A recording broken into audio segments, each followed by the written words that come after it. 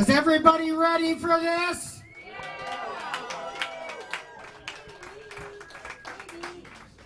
I want to thank you all for coming to the last show at Byron's. In this building, anyway. What a long, strange trip it's been. 28 years of live music, from Larry Meyer to Terry Klein.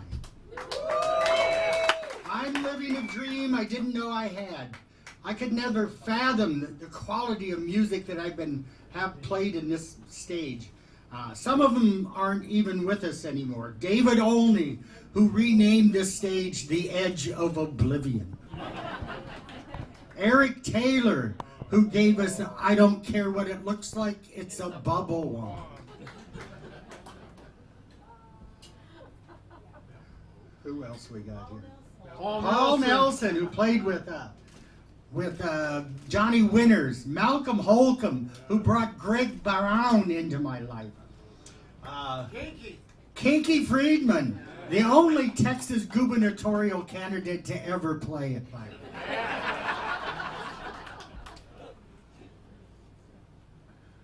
And the Friends and beyond, it's just been unbelievable. I want to thank my health.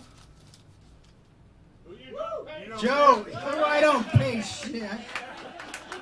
Joe, Rox, Robin, Emily Mogensen, Emily Schultz, Jolie Soder, Stuart Gray, Tyler Wheelander, Nick Hammond, Kathy Johnson, Cindy Pragg, and Kristen Lyons that has just been able to keep me going the last few years.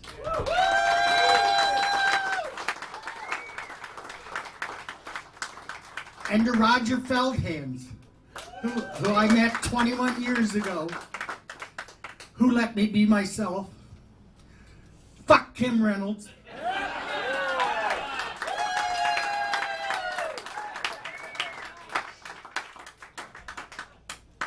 Oh, there's more here.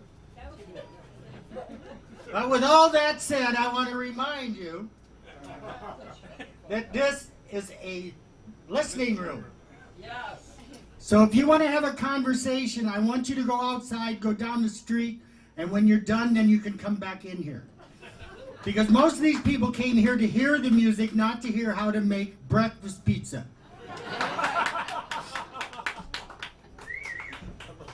And where's the end? So I want you to enjoy yourself, enjoy and hug your neighbors. And may I only have to say once tonight, shut the fuck up. Love you all. And now, Austin's own Terry Klein.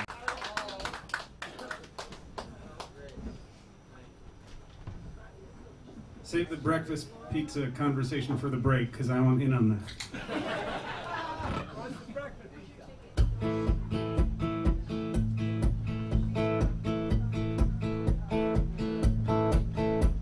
Skunk-faced McGee walked into the bar, asked for a bourbon from the rail and a beer. Barkeep asked if he had any cash. He said, let's check in this pocket right here. He pulled a big fat roll from his old brown coat. It was all 50s and 100s for days. Knew better than to ask him how he'd had such luck. Sometimes a blind squirrel even gets paid. Yeah, good luck ain't always good luck, and bad luck ain't always bad. All this too shall pass, this too shall pass. Skunk face bought the next 4 or 5 rounds, and he stumbled out into the night. He had a brand new coat at the bar the next day, and a faraway look in his eyes. He thrown that old brown coat up the bridge into the river and watched as it floated away. Didn't know what he'd done till he fell for the money, but by then it was a little too late. Too late. Yeah, good luck ain't always good luck, and bad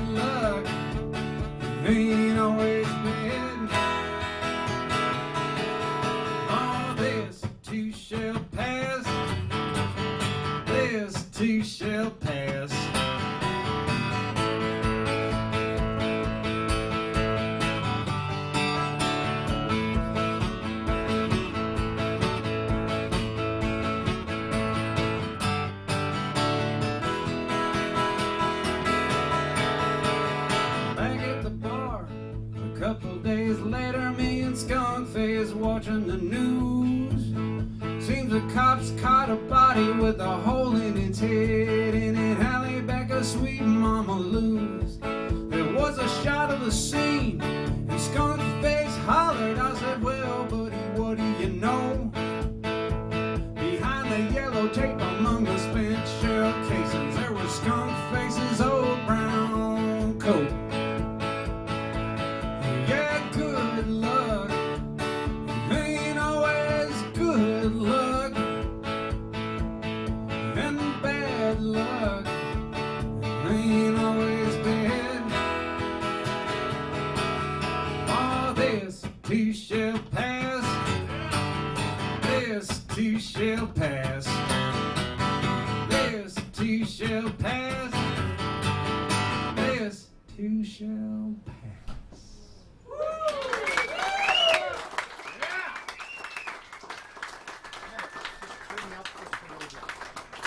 Turn me up. Usually it's the opposite.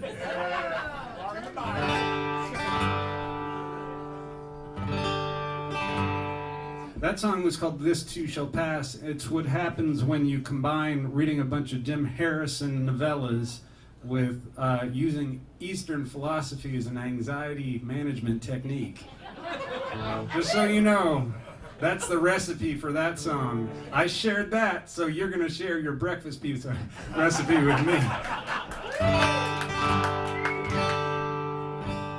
I'm going to play a tune called Shimmers and Hums, which is the first track on a record that came out in November of last year and was the result of me spending months trying to process the death of my stepfather.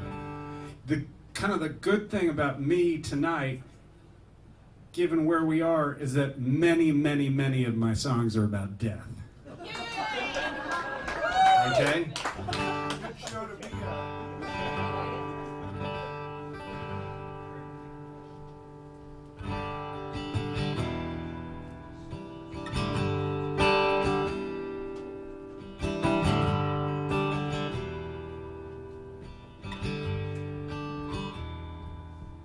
Yeah, that's us in the picture. Me with braces on my teeth, his hand there on my shoulder. I was 12 at most, 13. It's unlikely I was happy, but there's a smile there on my face. Well, some flaws can be forgiven, and some things can't be replaced. And there beneath the surface, you can see what I'd become.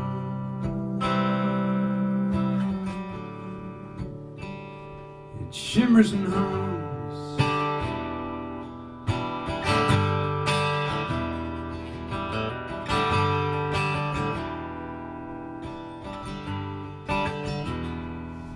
Yeah, the grief is like a millstone grinding in my gut. It's alright when it's working, but it keeps on getting stuck. 'Cause I still think that he's out there doing the same old things he did. Gnawed ashes in a metal box with blue duct tape on the lid. I feel kinda like a monster when I smile up at the sun. It shimmers and hums. Yes, the fondest recollection is mean in its own way. Say you'll make amends tomorrow, then tomorrow fades away.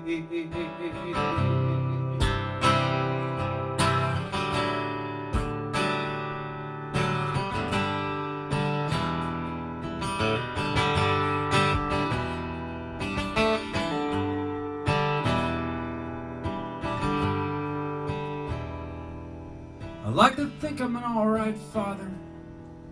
Hope my daughters would agree. Well, I'd never felt a love like that. It was not to be believed. Yeah, I wake up every morning thankful for what I'm not, There's a purpose and a balance to what we have and haven't got, like shapes and colors on a canvas that all blend and become one. It shimmers and hums. It shimmers and hums. It shimmers and hums. It shimmers and hums.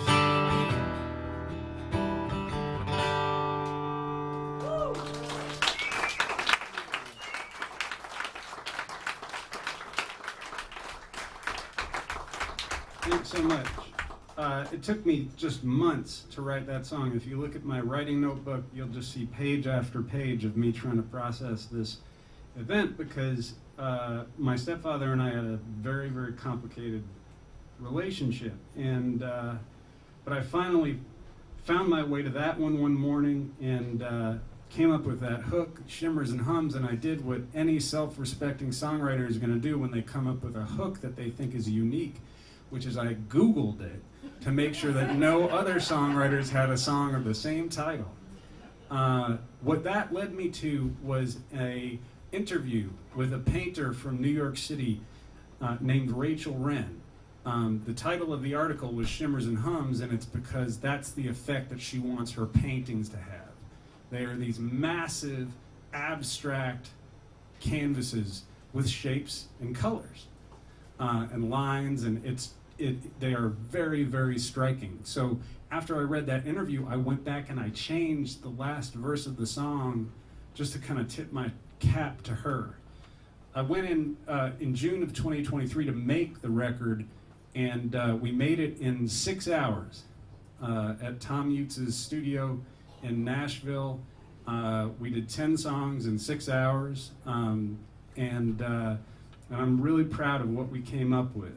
After we finished it, I sent a copy of the whole record to Rachel Wren, the painter, and I asked her if I could use one of her paintings for the cover of the album, and she said yes. And so you'll see that on the merch table. I met her for the first time in April when I played in New York City. That tune was about my stepfather. This one's called Every Other Sunday, and it's based on conversations that I had with him. My parents were divorced when I was very young. I was a kid of the 70s, so that's the way it is. But I was interested in, he talked about it from the other perspective, the perspective of the parent. And so it's him in this song, on the other side of the car. Every other Sunday afternoon, well, I'd ride down that old familiar road. Daddy just drove, he never said much. Just kept turning the dial on the Cutlass radio. Little green signs ticked off each 10th of a mile.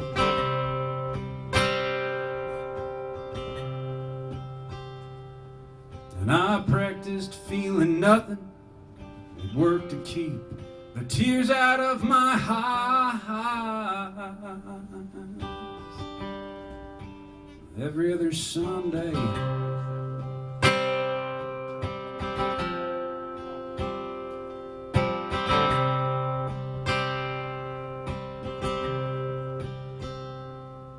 my mother lived a block or two off High Street. And old Queen Anne was barely getting by. Yeah, she'd always be there waiting on the front porch.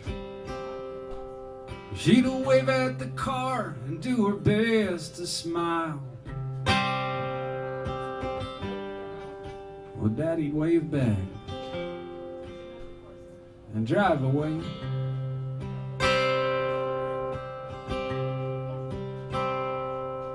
And I wondered if she ever would have liked for him to stay. Every other Sunday,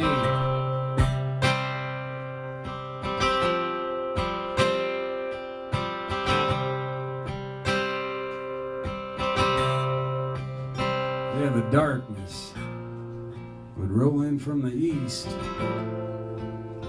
and settle down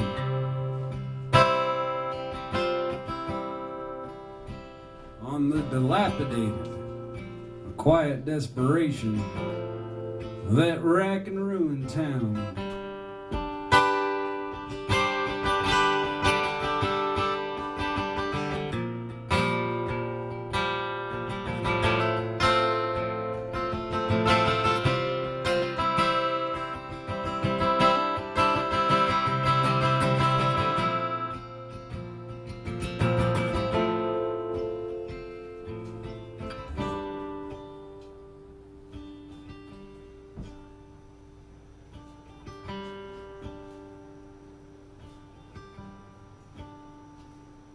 We'd eat dinner and make small talk, just us two. And I'd flip on that old black and white and TV set. Now Mom would sit in the kitchen, the lights off, drink a can of beer and smoke a cigarette. At 9 she'd take a shower, she'd kiss me goodnight.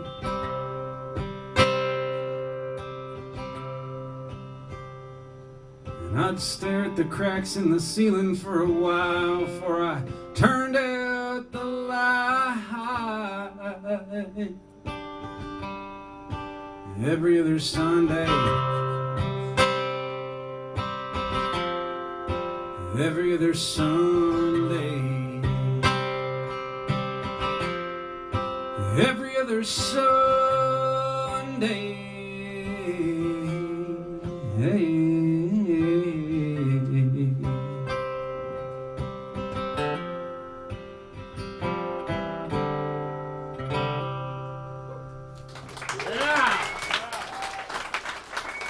Thanks. Thanks so much. So he passed away in December of 2022. 4 months before that, my brother's wife, who was 47 at the time, had a massive stroke, and she was in a coma for 3 weeks, and survived. She will never be the same person again. We're just coming up on just exactly the 2-year anniversary on August 1st of that, and if any of you know anything about strokes and stroke recovery, that 2-year anniversary is kind of where you know who the person is going to be. What's fascinating about her is that she's way nicer now.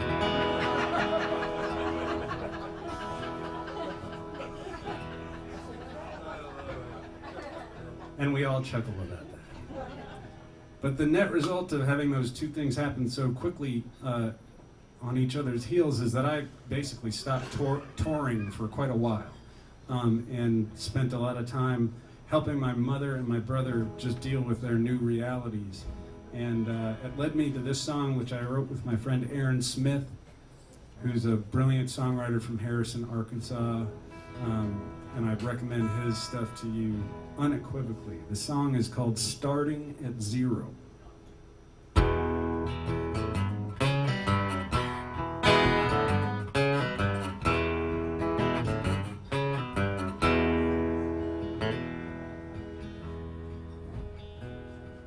I woke up this morning craving fried chicken and the hand that I used to hold. But the cast iron skillet is covered in rust. I'm starting at zero again. Well, there's a drip in the kitchen, the faucet is leaking. That might just be in my head. No time for whining, best get back to work. I'm starting at zero again.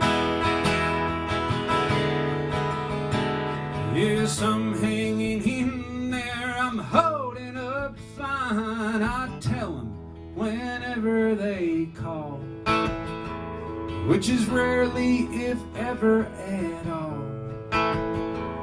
I'm starting at zero again.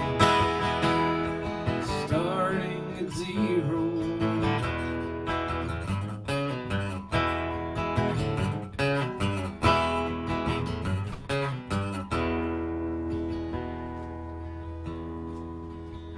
The back garden's grown over, but I mow the front lawn so the neighbors won't be concerned. I'm lost in the thicket of a love gone to seed. I'm starting at zero again. Shadows and echoes, cobwebs and smoke, boxes piled up in the hall. Yes, I'm off to Goodwill to give more away. I'm starting at zero again. Yes, I'm hanging in there, I'm holding up fine. I tell them whenever they call, which is rarely, if ever at all. I'm starting at zero again.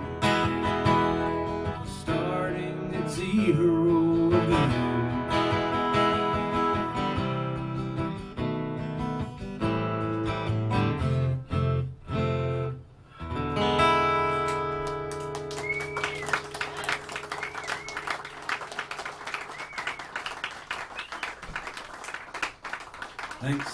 Thanks so much. I don't know how many of you know this, but I'm a recovering trial lawyer.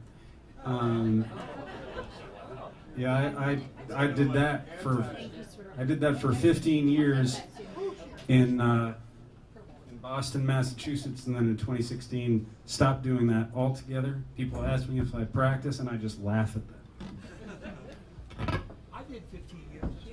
Well, there you go. Do I miss it? No. I don't miss it, even remotely.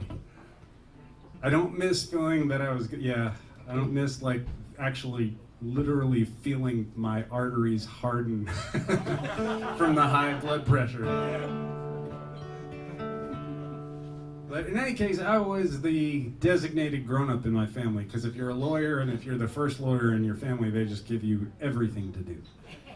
And if there was executors, trustees, didn't matter, whatever they needed, it was me. This reached a head in the fall of 2015. My younger brother got married, and he asked me to officiate the wedding. And I did it, and it was fun. And I wrote a little homily for him about what I think the ingredients of a happy partnership are.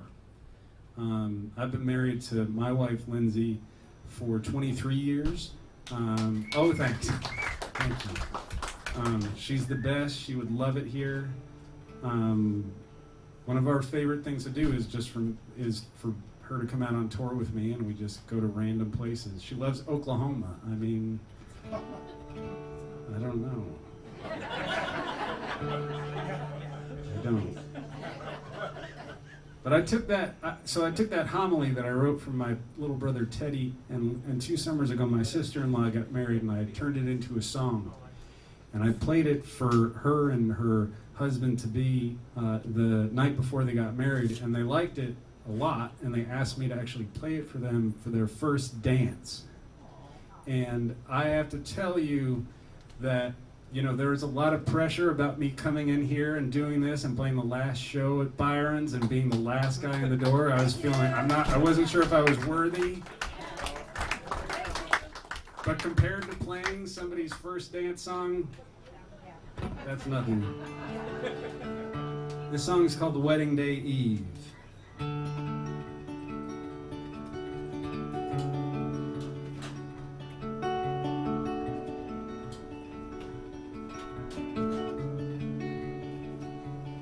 say I love you as much as you can, and take any old excuse to hold their hand. Well, this stuff is basic, it's simple too, but so's the sunrise.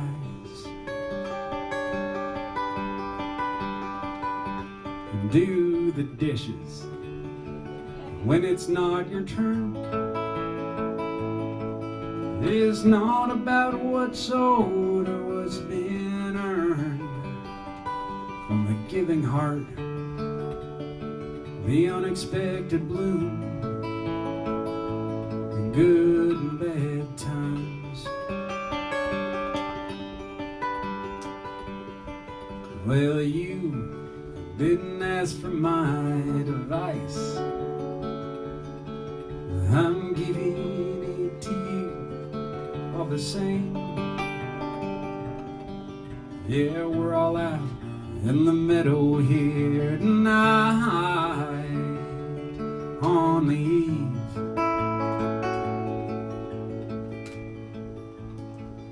of your wedding day.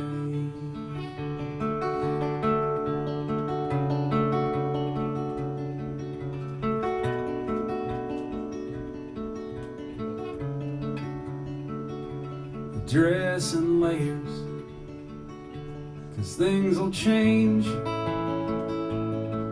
You can squeeze your eyes shut, the fact remains, change will come, and when it does, best leave the light on.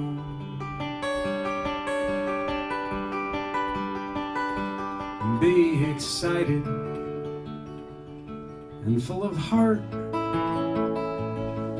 like every speck of dust is a work of art.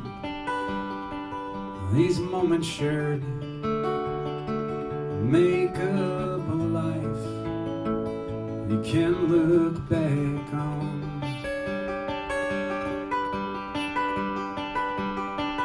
Well, you didn't ask for my advice, I'm giving it to you all the same. Yeah, we're all out in the meadow here tonight, on the eve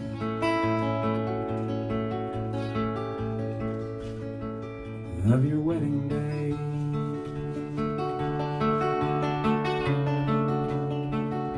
Your wedding day.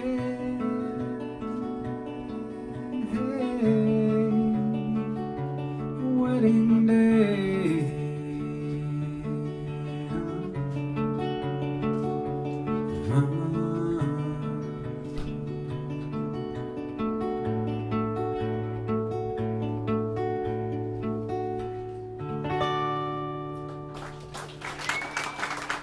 Thanks.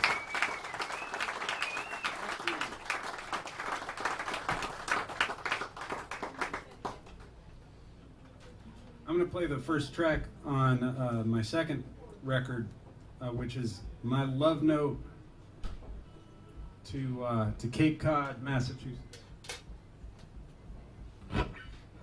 Has anybody in the room been to Cape Cod? Okay, a little bit. There's the Cape Cod you see when you go on vacation there, and there's the real Cape Cod. This song is called Sagamore Bridge.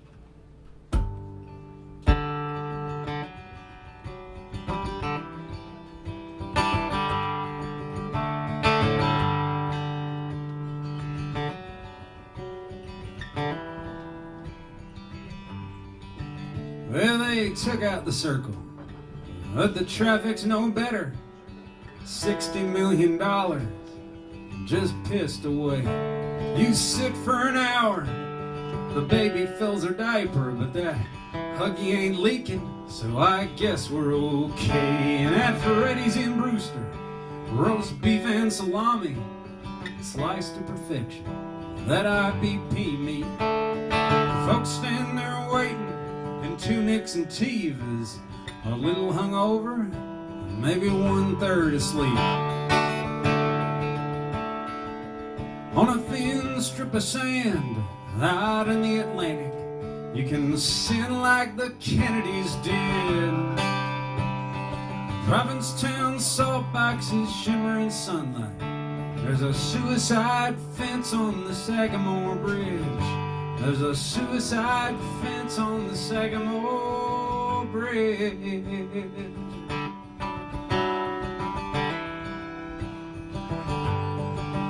Yeah, that bar band in Wellfleet, they do hits from the 90s at the Beachcomber Pub on Saturday nights. It's like an ad for Viagra. They play Bush and Nirvana, hit on the barflies and get lucky sometimes. And the rich folks from Chatham, well, they don't like poor folks. Say affordable housing, it won't happen here. And in their black E350s, when they've had 4 too many, they speed on the back roads and T-bone the deer. On a thin strip of sand out in the Atlantic, you can sin like the Kennedys did. Provincetown salt boxes shimmer in sunlight. There's a suicide fence on the Sagamore Bridge. There's a suicide fence on the Sagamore Bridge.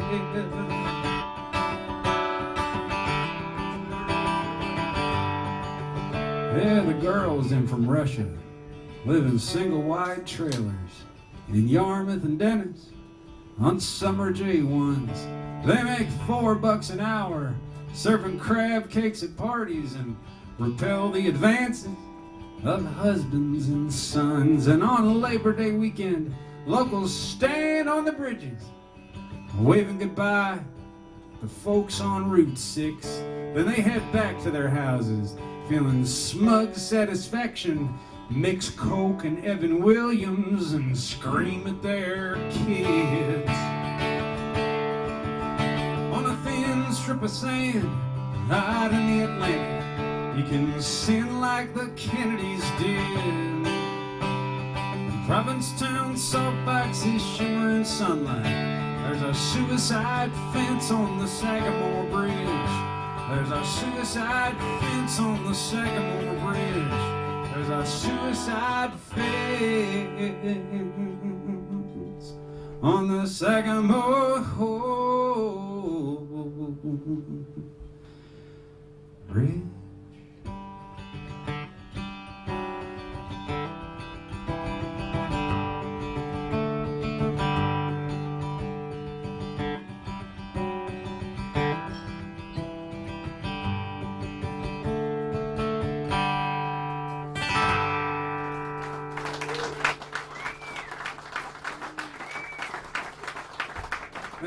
Thanks so much.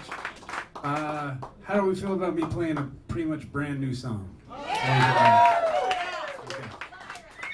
Well, just wait until you hear it. I don't know if I know there are a few people in the room who knew Dana Anderson. Dana was an incredibly gifted songwriter from Effingham, Illinois, and a better person even than he was a songwriter. And he left us just about exactly 1 year ago. I was with him the last weekend that he was walking the earth. We played a show together. I slept on his couch. I said goodbye to him, and I thought it was just goodbye. Before I left, though, he gave me a book that he had read a little bit of and he hadn't liked it. And he said, "Here, just take this. You might dig this." And so I threw it in the back of my car, and I got the text a few days later that he was gone. And I went back to Austin and I read the book. And I've talked to some people about this book and just how bad it is.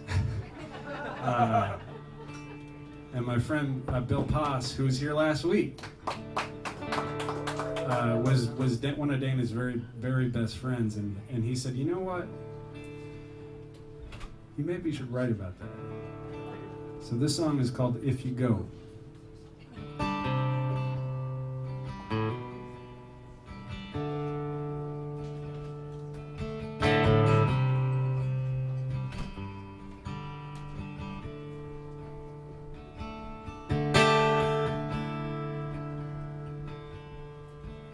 My friend gave me a book before he left us, a self-help book he'd picked up from a second-hand store. He said he'd read it halfway through, hadn't liked it. He thought perhaps that I might like it more.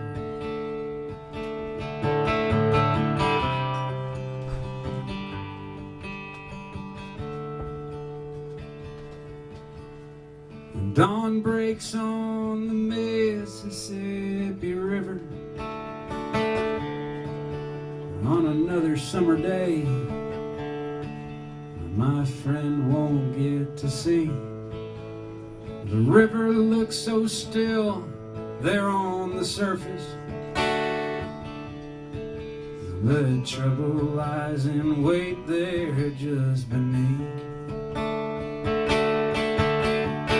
This is for whoever needs to hear it.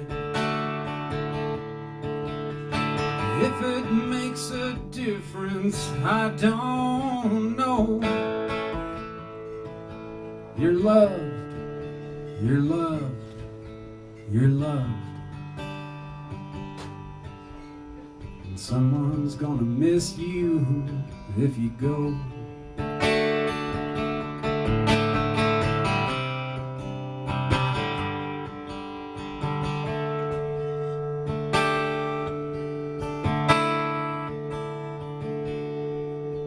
I've since read that self-help book my friend gave me. Each ever-loving page just as awful as the next. But I keep it on a shelf where I can see it. It's a blunt force kind of metaphor, I guess. This is for whoever needs to hear it. If it makes a difference, I don't know. You're loved, you're loved, you're loved. And someone's gonna miss you if you go.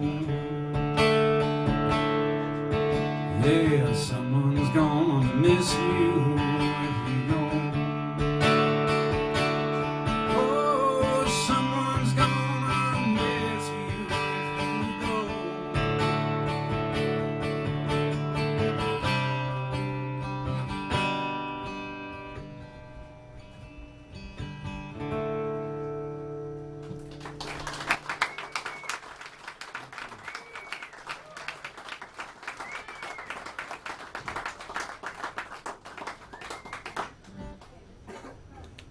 Thanks so much.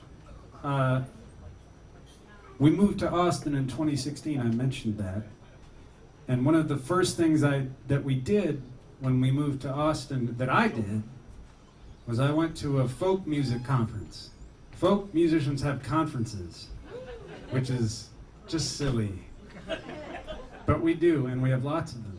I went to the one that's in Austin, which is known as the Southwest Regional Folk Alliance, or SWRFA, as it is known. And I was very excited about this. It was an opportunity to meet people, to introduce myself to this new community that I was a part of. And I was especially excited about one aspect of it, which is there is a bucket full of little slips of paper when you walk in with song prompts, song ideas on them. And you pull one out and you try to write a song over 3 days, and then whatever you come up with, you share at a brunch of the entire conference on Sunday afternoon. And a lot of people write songs, a lot of people write part of a song, and everybody shares it, and we all sit and we laugh, and it's great, and I've done it several times. This first time, though, was critical. It was so important because I was introducing myself to this community. My family had moved down to Austin. Life was different, and I needed to make this impression as a songwriter, and I viewed the piece of paper that I took out of that bucket as this incredibly valuable opportunity. And I put my hand in that bucket and I pulled it out, and the slip of paper said, "Dull women keep immaculate homes." And at that point I was like, you people are hazing me. But then I went out and I sat by the pool at the Holiday Inn Midtown in Austin. And over the course of 45 minutes, the first half of this song was born. And then over 45 minutes the next day, I finished it. And I played it for the conference. And it ended up working out, I guess. So this is Dull Women Keep Immaculate Homes.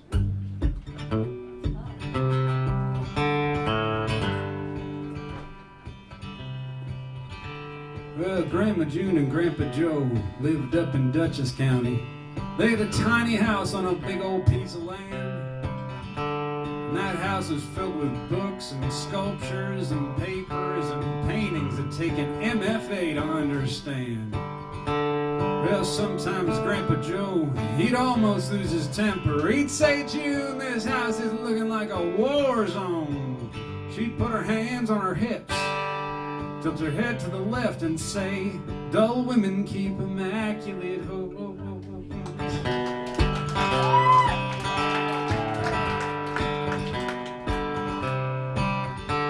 Well, Grandpa Joe passed, and oh, how she missed him. That tiny house became a shrine to their love. And then she started adopting dogs and cats and hamsters. They kept her company long with the good Lord up above. But Daddy didn't like it, not for one single second. He said, "Mama, what on earth is going on?" She put her hands on her hips, tilted her head to the left and said, "Dull women keep immaculate homes." She said, "Oh, I've been so blessed. There's joy in this life, and you can find it if you're willing to make a mess."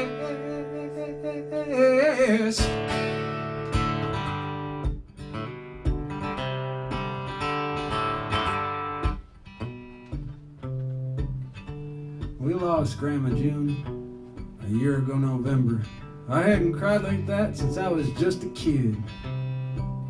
We all met up at Uncle Milton's and drank and sang together, told off-color jokes like Grandma June would have did.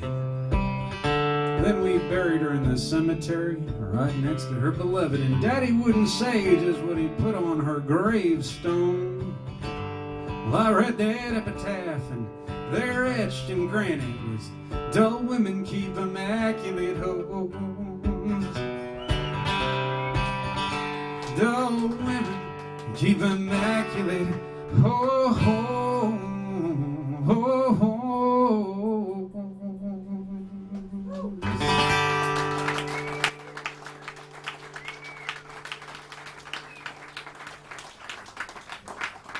Thanks so much.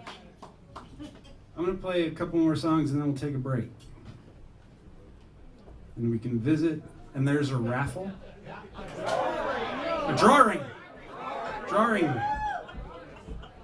We were all talking about the drawing last night at Montrose, at the music festival at Montrose. You know, and what's better than a... Yeah.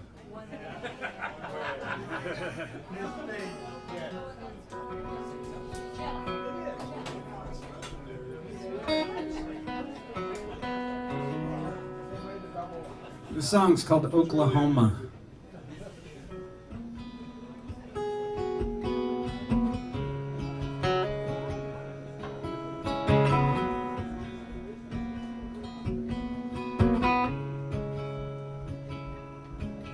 buy a 6-pack of beer east of Shakota at a truck stop, and I get back on to the road. I drink one after the next, and I admire that prairie sunset, and I hope I-40 carries me back home. Well, my sister said that Dad could use a visit. I said I don't know what good that would do. See, I've been drinking and depressed and kinda useless. She said it might not be a bad thing for you too. So I'm driving across Oklahoma, doing all I can to stay in my own lane. I should have turned around back in Arkansas, but I got my mother's blood in my veins. Oh,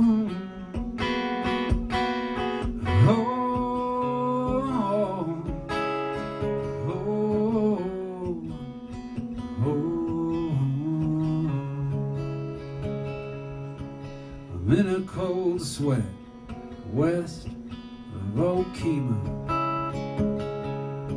I wish my racing heart would just give it a rest.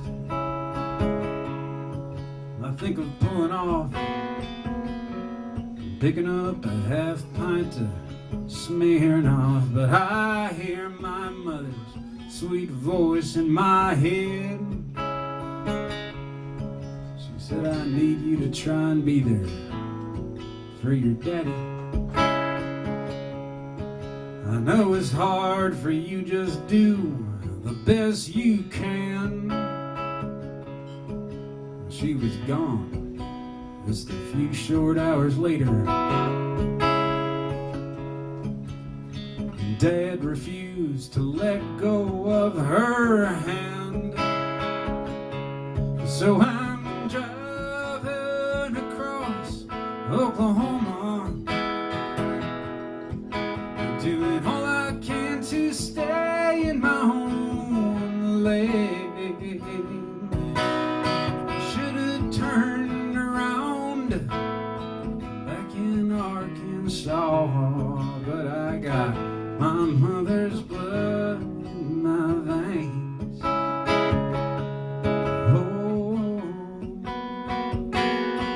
oh, oh,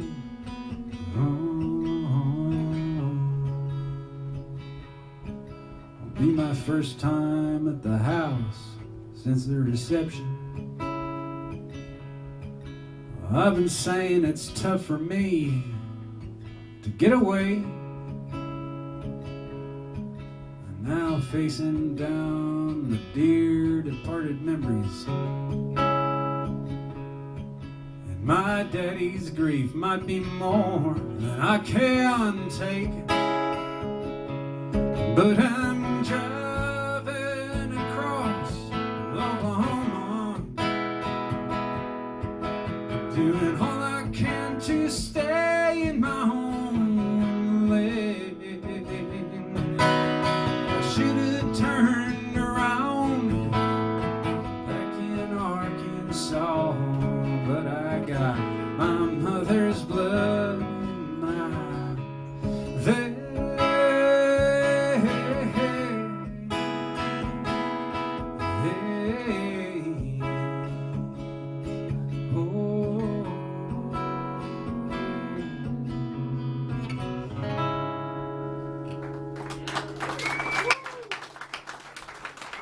Thank you.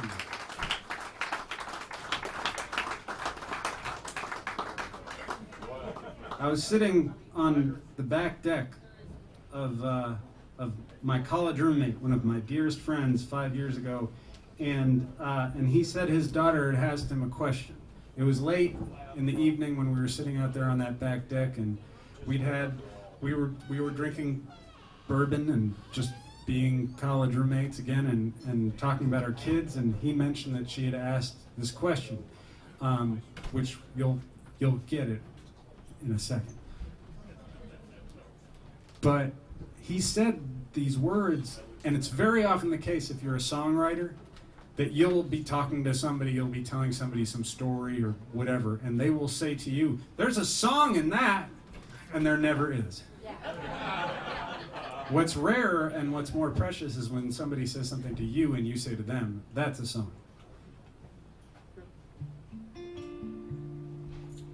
So this song is called "Does the Fish Feel the Knife?"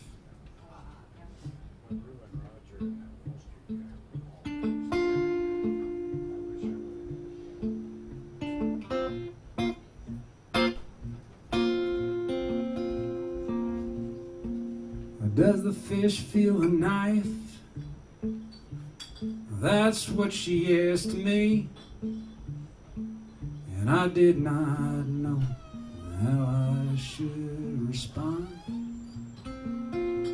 She asked me again, said, "Daddy, did you hear me?" And the answer that I gave, "You get it wrong." Yeah, most things seem kinda simple until you poke at them even just a little. Does the fish feel a knife?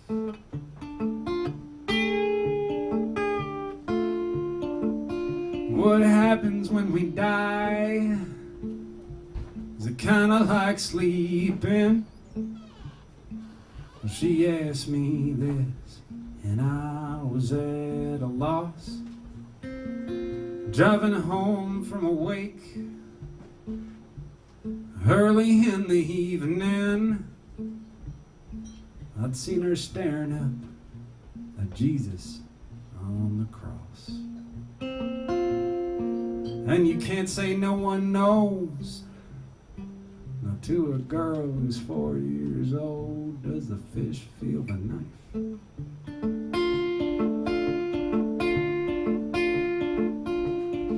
You need a license to drive a car, to shoot a buck, to cut a man's hair. Anyone can have a kid. I send you home, good luck, take care. Does the fish feel the knife?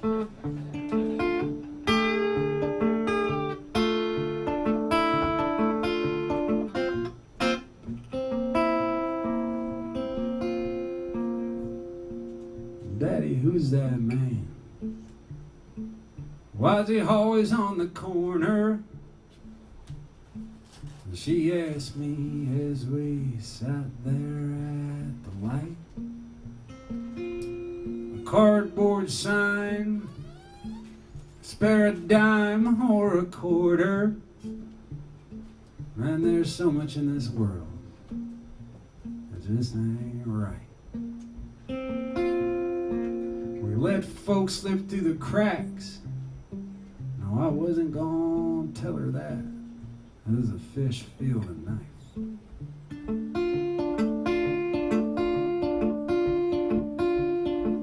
You need a license to drive a car, to shoot a buck, to cut a man's hair. Anyone can have a kid. I send you home, good luck, take care. Does the fish feel the knife? Does the fish feel the knife? Does the fish feel the knife?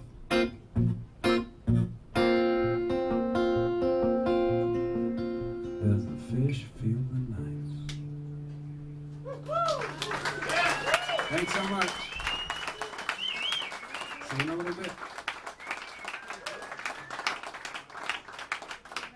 That's one way to introduce a second song.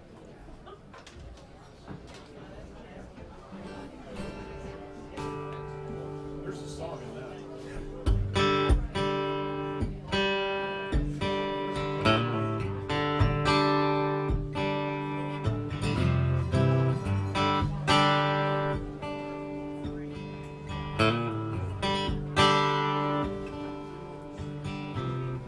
Last night's show had an itch in my throat. I woke up this morning, it was gone. Black coffee breakfast, not a cloud in the sky. Feeling shaky, edgy, all kinds of wrong.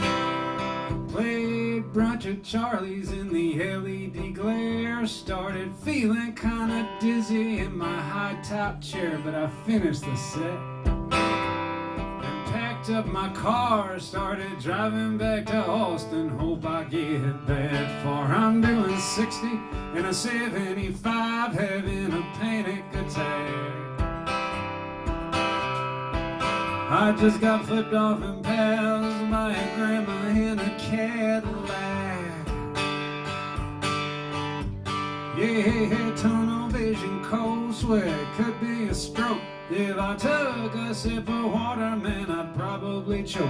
I guess I'm in the market for an SSRI, doing 60 in a 75.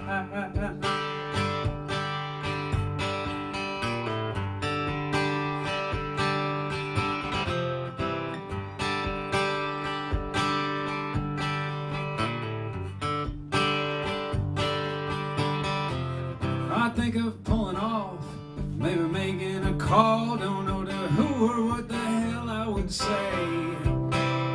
Maybe try to sing a little, might calm me down. Sorta better, not bad, okay.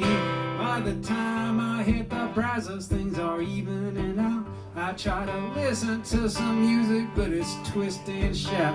That's a little too much. And the sun's in my eyes, so I skip it, and the next one's waiting round to die. I'm doing 60 in a 75, having a panic attack. I just got flipped off and passed by the grandma in a Cadillac. Yeah, tunnel vision, cold sweat, could be a stroke. If I took a sip of water, man, I'd probably choke. I guess I'm in the market for an SSRI, doing 60 in a 75. I guess I'm in the market for an SSRI, doing 60 in a 75.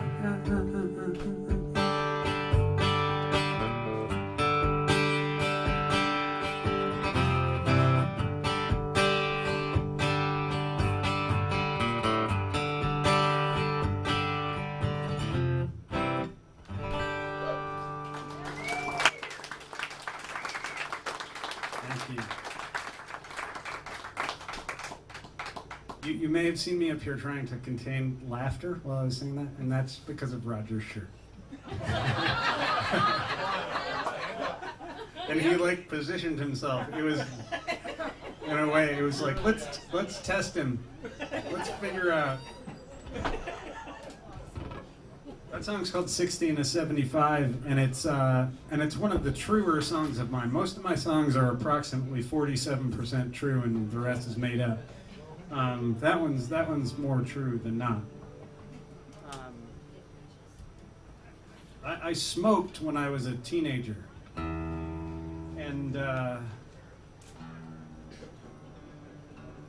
it's a horrible. I mean, it's a horrible time. Any time is a horrible time to smoke, but it's especially bad when you're a teenager because you don't have any money. I lived in Los Angeles, California, and oh, there's a dog.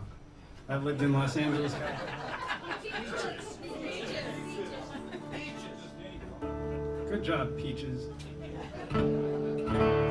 So I lived in Los Angeles, California, and in the late 1980s, which is when I was buying cigarettes in Los Angeles, California, you just needed to be able to see over the counter. And they would sell you cigarettes. The problem was that you had to find the money to buy the cigarettes, and that's what this tune is about. It's called $1, 2 quarters, and a dime.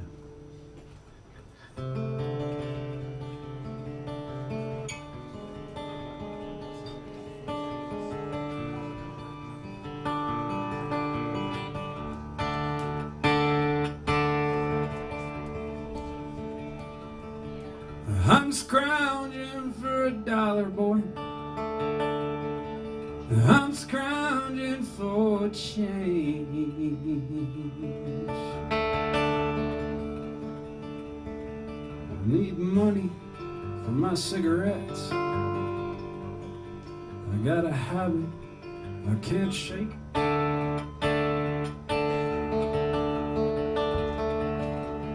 I'll just be grateful it's nicotine and not the stuff they sell at Ardmore Way.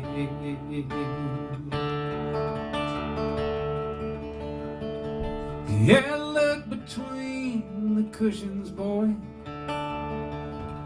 and check the bottom drawer.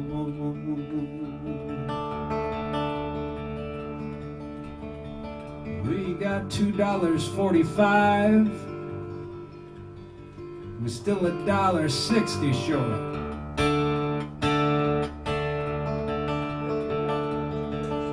Oh, don't bother checking that pickle jar. Ain't nothing in there anymore.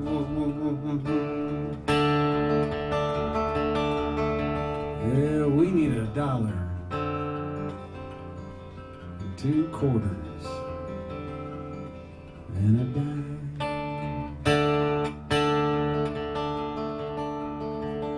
Oh, just $1. 2 quarters and a dime.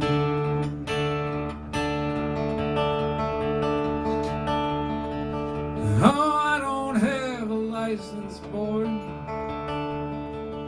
Just take my mama's car.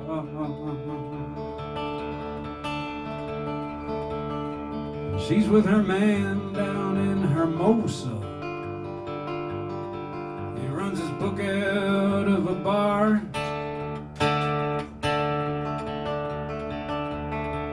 Oh, we'll just head over to Diaz Market, boy. That's okay. It ain't that far.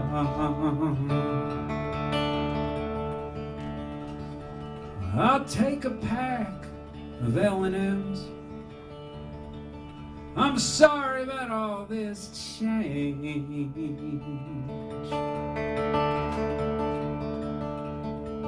Yeah, you know me, and I know you. We both know that I'm of age.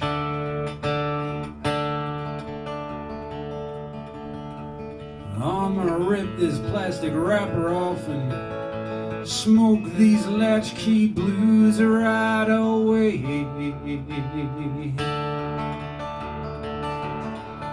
We found that $1. 2 quarters and a dime. Oh, just $1. 2 quarters and a dime.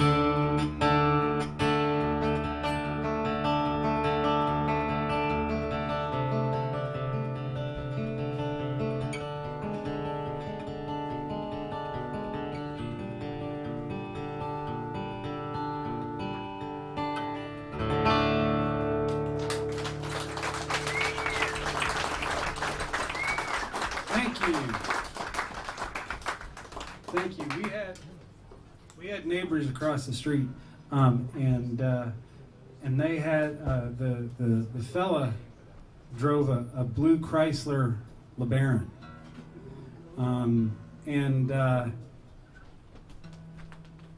you know, its inspection sticker I think was from 2015, but he just drove it, and I was walking by the car one day, that LeBaron, and I started saying to myself, sky blue LeBaron convertible coupe. And I started saying it again and again, and I realized that it was kind of, there was I had to train my mouth to say it, because actually if you say it, it's not the easiest thing to say, especially if you're an idiot like me.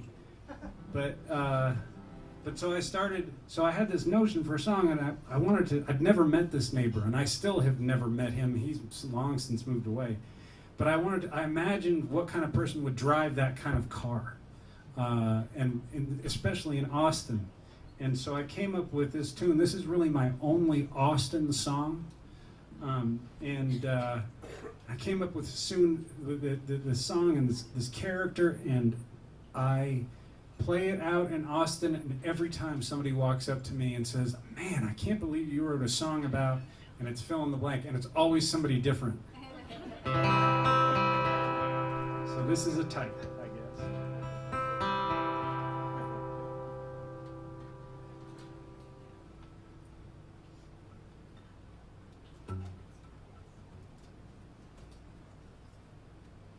So quiet. Good job.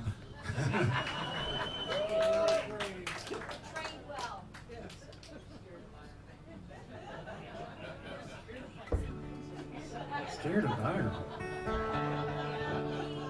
Should I be scared of Byron? Until I pay you. Touche.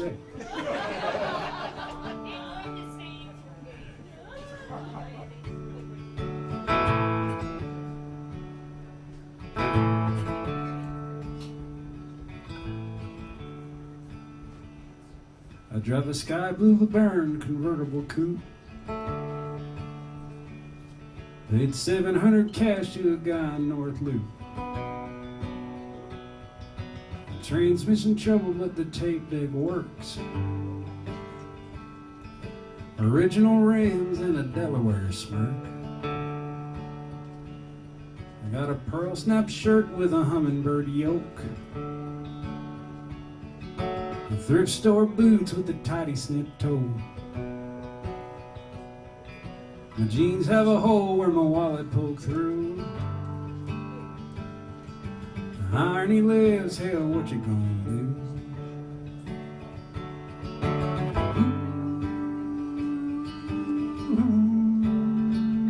What I say?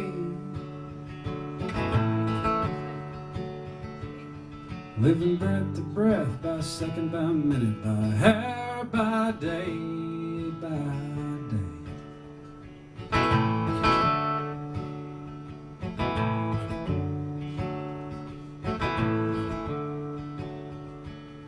I'm in an alright band called Bitter Revenge.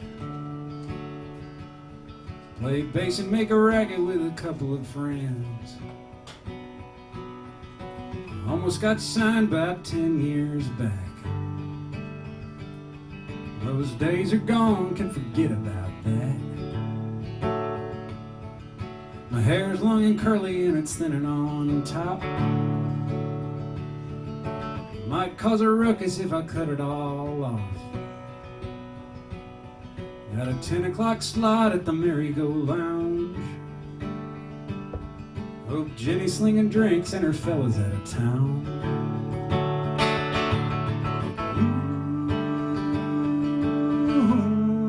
Ooh, what I say? Living breath to breath, by second, by minute, by hour, by day, by day.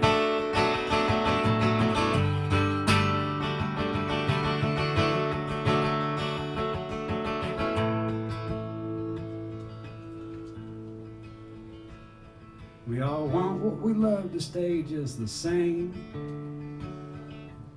or maybe changing the way that we wish it would change. Some stuff you think will break stays right and true, like my sky blue Byron convertible coupe. Ooh, what I say? Living breath to breath, by second, by minute. Breath to breath, by second, by minute. Breath to breath, second, by minute, by hour, by day, by day.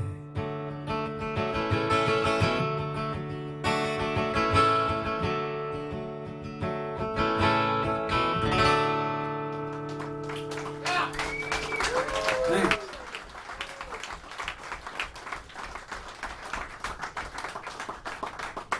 So we're in Iowa.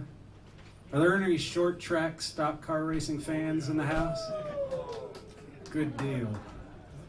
Do you know who the greatest short track stock car racer in American history is? Yes, sir. So I read a long, incredibly wonderful magazine article about this gentleman named Dick Trickle, who was the greatest short track stock car racer in North American history. And as I was working my way through it, I was like, this is a song, kind of, probably, maybe. And so what I did is I started calling up my friends who I trusted the most to tell me reasonable behavior and decision making, and I said, I need you to talk me out of writing this song. And I told one person, Adam Dawson, who is one of my dear friends and who's a dear friend of Byron's, and who wants me to steal that tonight. But I'm not going to steal it. And another friend, and they said, nope, sorry, you have to do it. So I set out to do what every singer-songwriter with an eye on the market is going to do, and that is I wrote a 7-verse traditional folk ballad to the tune of John Henry about the life of Dick Trickle. This is the ballad of Dick Trickle. Well, Dick Trickle, he was from Wisconsin Rapids. He had 1,200 short-track racing wins. Ohio, Indiana, Illinois, and Missouri. He tore up the whole Midwest. Dick Trickle did. Tore up the whole Midwest. Dick Trickle did. Dick Trickle, the first time he saw racing, he knew he was put on earth to drive. Bought a 1950 Ford after saving up his money, put an engine in from 1949. Put an engine in from 1949. Dick Trickle, he had some racing stories, like that one time he blew a water pump. Finn drove down to the pits and gave him his to borrow. Dick Trickle gave it back after he'd won. Dick Trickle gave it back after he'd won. Dick Trickle drank 40 cups of coffee. In his helmet, y'all, he had him drill a hole. Put a lighter in his race car when that yellow flag was waving. He'd coast along and have himself a smoke. He'd coast along and have himself a smoke. Dick Trickle, he'd get the call from NASCAR at 48 ripe old years of age. Won Rookie of the Year and race fans' adoration. Dick Trickle's so much more than just a name. Dick Trickle's so much more than just a name. Dick Trickle, he climbed out of the race car. Last time he was 61 years old. He went on a living, his chest it was a hurting. What it was, y'all, the doctors didn't know. What it was, y'all, the doctors didn't know. Dick Trickle, he's in the lonesome graveyard. His pickup truck, his hand on the gun.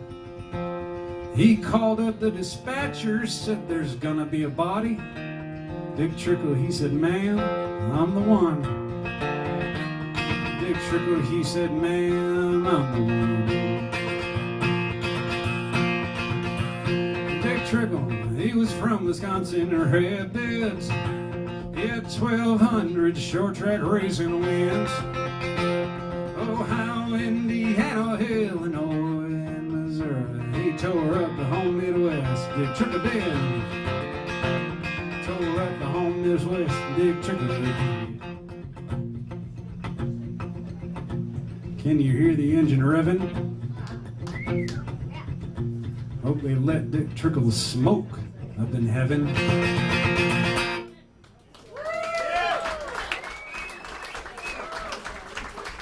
Thank you.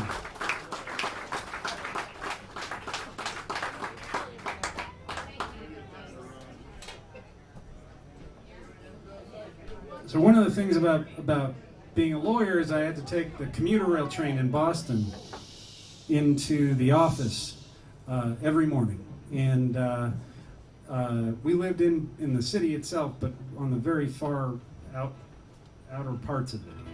And it was like a half-hour train ride, something like that. And you would, when you were riding that commuter rail pretty early on the way in, to the left of the train, there was an incredible meadow and green space, which is Arnold Arboretum, which is the Arboretum of Harvard University. And it's a beautiful, incredible place. And I would ride that train, and I would look out at people walking their dogs, or just being out for a morning stroll. And I thought to myself, a long time ago, I thought to myself, it would be really good to be on the outside of that train, looking in, instead of being on the inside looking out. If you fast forward to 2016, I stopped practicing law, and what I did is I would write in the mornings, and then I'd go into the office in the afternoon and just kind of stay out of the way to the best I could. And but I would write in the morning, and I would walk. Most of my first record and a bunch of my second record was written while I walked. And I found that one of the great places for me to walk was Arnold Arboretum. It was about a 20-minute walk from our house, and so I'd get there and then I would walk around. And there was a morning when I was doing this after having taken this ridiculous plunge and made this incredibly stupid fucking decision. And I saw the train. And I saw it going by, and this tune was born in that moment. It didn't make my first record, it didn't make my second record, and it didn't make my third record because I felt like it was a little bit too personal. And then my friend Mark Abrams, who is, for my money, the best songwriter in all of Texas, said to my wife, and I'm going to do his voice, so I apologize for that. He said, "If you want to know Terry Klein, ask him to play you a song that used to be my train." So that's what I'm going to do now.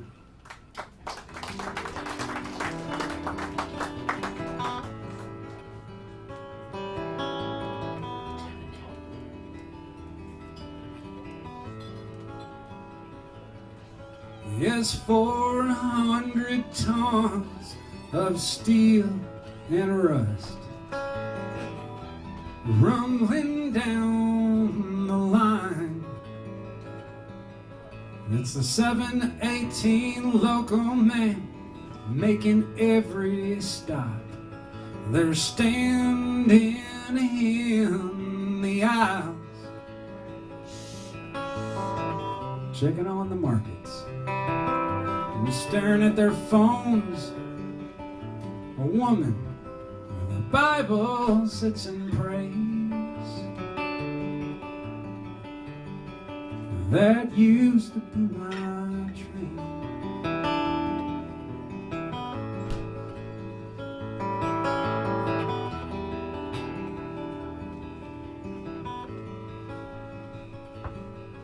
Yes, I'd stare out the tempered glass at hemlock, oak, and white pine,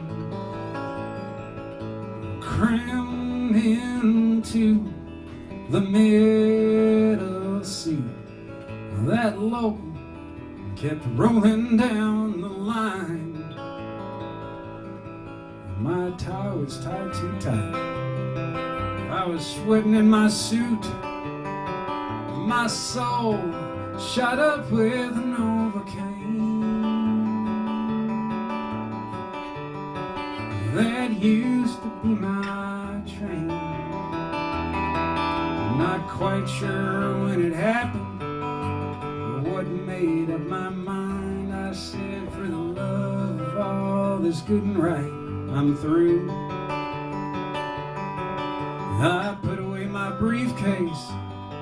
It's in the closet gathering dust with the carpet beetles chewing on my suits.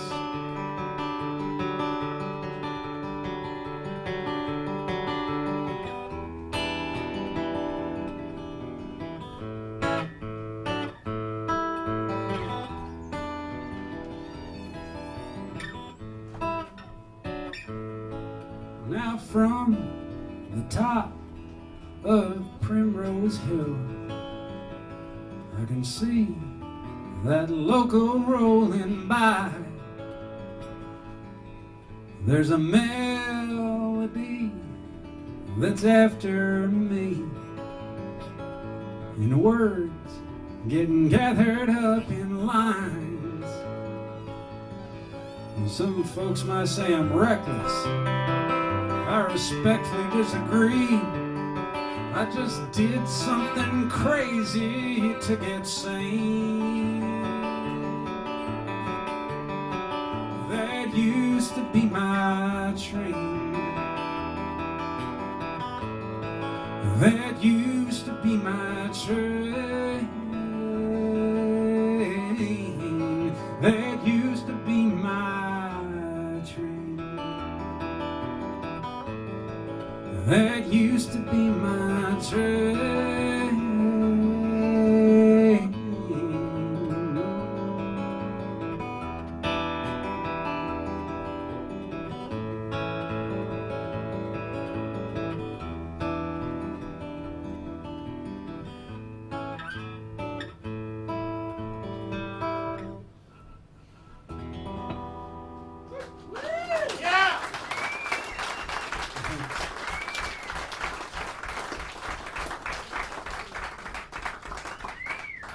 All right, let's get incredibly dark. What do you say? In the late 1970s, my dad's cousin, who I am told is not my second cousin, but is actually my first cousin once removed. There was a woman at a show who, after I was introducing the song, said, "You know, it's actually your first cousin once removed." He was framed for the murder of his wife by the Chicago Mafia. And it sucks to be framed. I'm going to tell you, that if there's a list of people who you want to have frame you, like, you know, I'm probably really low on the list, and the Mafia in Chicago is pretty high. But, so I wrote this song, and what I found is I had to tell the rest of the story after I sang it. And so what I did is I wrote a second song about it. So I'm going to play both of those songs right now. His name was Jimmy Klein, and most of this is true. Some names have been changed to protect the innocent. This one's called Cheryl. I met Cheryl at a bar on Delancey. It's a straight line from that night to this here cell.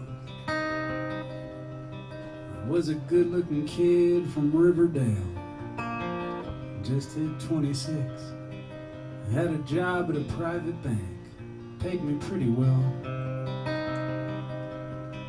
She looked just like she'd stepped out of a movie by Louis Malle or Jean-Luc Godard. She smiled when I asked her for a number. She said, "Here it is, just don't break my heart."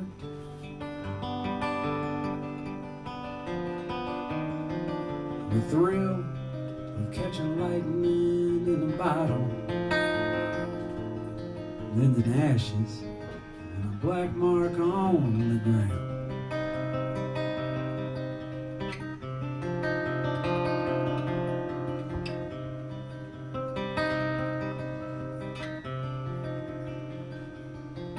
Me and Cheryl got married 4 months later. My mom and dad were not exactly pleased. You see, Cheryl was connected to the outfit in Chicago. I wasn't sure how, it didn't much matter to me.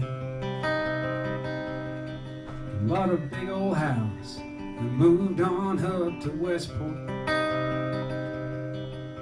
and Cheryl hired a maid from car to hang. And my job at the bank kept me busy. Cheryl kept busy moving Lupe's cocaine.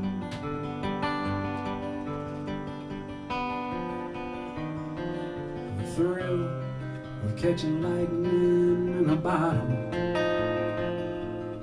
ends in ashes and a black mark on the ground.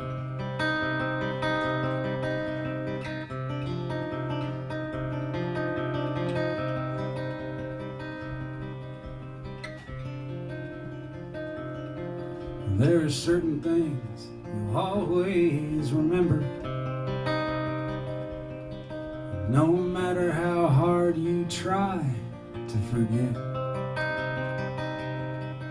For me, it's the call from Detective White in Westport, telling me that Cheryl and Lupe had been shot dead. And in spite of Lupe's cartel connections, the outfit's concern for just what Cheryl knew, they brought me up on a charge of double murder, and they're holding me till the trial's through.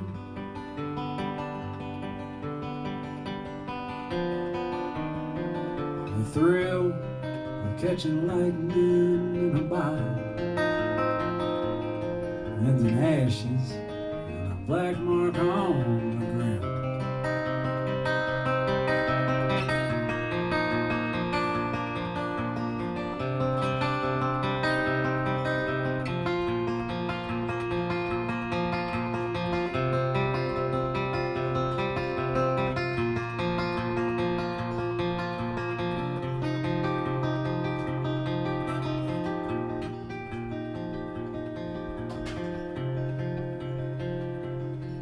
Well, I doubt I can make it here much longer.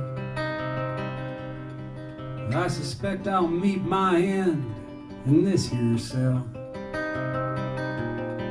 St. Peter, I won't need that spot in heaven. No, I'd rather be with Cheryl down in hell.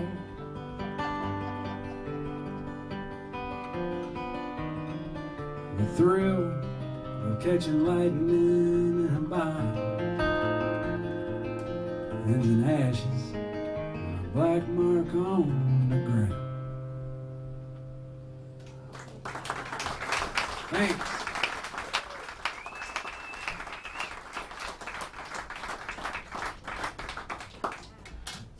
So I needed to tell the rest of the story because there's more dead bodies. And I needed to find a person who could tell the whole story.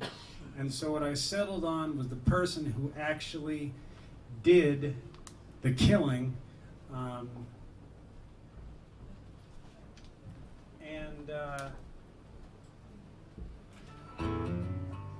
Yeah, this tune's called Well Enough Alone.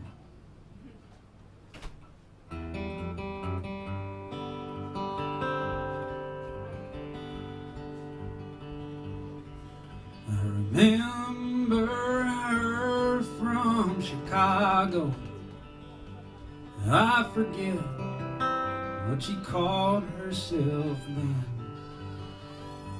I blew her brains out there in the kitchen. I blew the maid's brains out in the den. They call it wet work, but that's a cop-out. No, killing is my stock and my trade. I was told to frame the husband. He was handcuffed on that very day. Well, you won't see me coming, and I'll leave no trace when I'm gone. Oh, so learn the hard way. It's best letting well enough alone.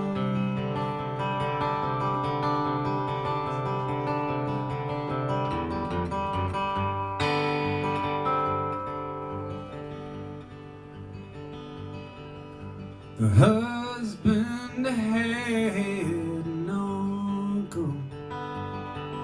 That uncle somehow got him sprung. The husband checked into a midtown hotel. It fell to me yet again to get it done. I left him hanging there from a doorknob. They looked in vain, no note was ever found. Yeah, the thrill of catching lightning in a bottle ends in ashes, a black mark on the ground. Well, you won't see me coming, and I'll leave no trace when I'm gone. Oh, some folks learn the hard way. It's best letting well enough alone.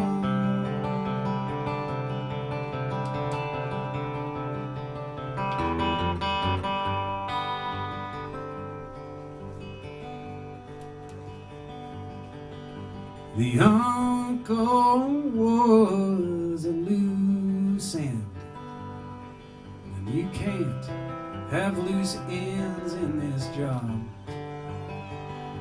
He met the maker a few nights later.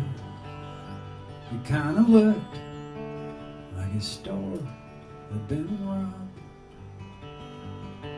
Well, you want me to have misgivings, you want me to be a tortured soul, but the world needs men skilled at killing. Somewhere in your heart, does he know? Well, you won't see me coming, and I'll even no trace when I'm gone.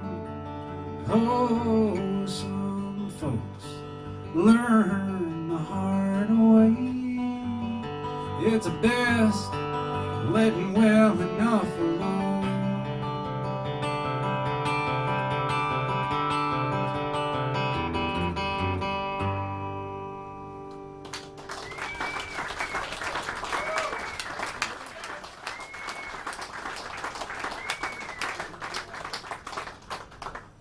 Let's move on to more trivial matters.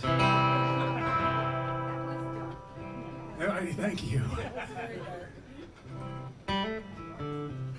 I had a woman walk up to me after I played that song as part of a set, and she said, "You're just so good, but please don't play that song." Sorry. This is a tune about puppy love.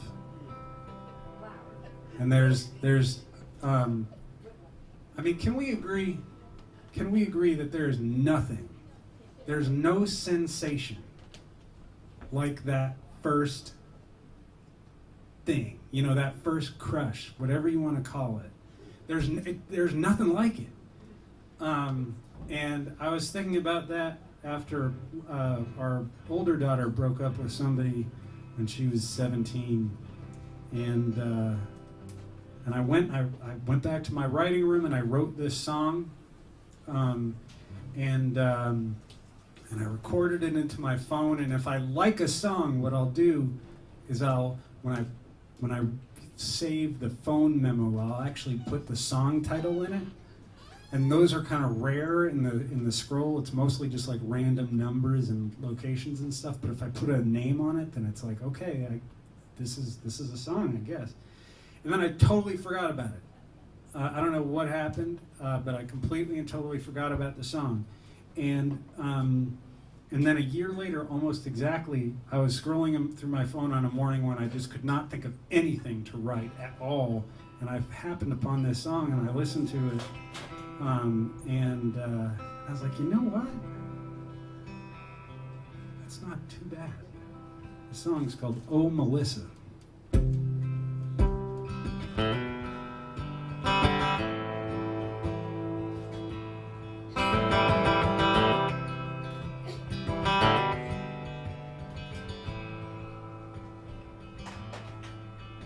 I might as well go smoke another cigarette, 'cause you still don't love me at all. And I know that you don't like it, that you don't get a say. We've hashed that out last 10 times you called.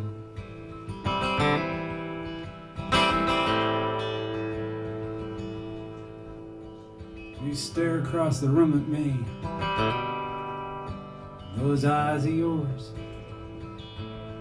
And even though you're standing there next to him, like you know that if you let yourself, you'd never love anybody else. We're too young for that, I guess. There's so much life left to live.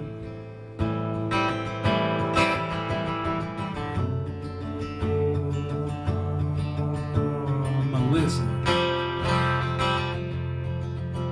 I whisper your name every night as I'm drifting off to sleep. I know you whisper mine, and you will till the end of time. There ain't no living without longing. The heart don't beat right till it's been broke.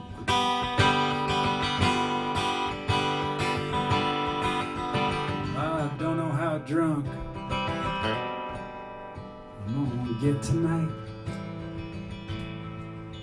Depends on what kind of bottle finds its way here to me. He has his arm around you, but you look in my direction, and you know I notice, though I'm pretending not to see.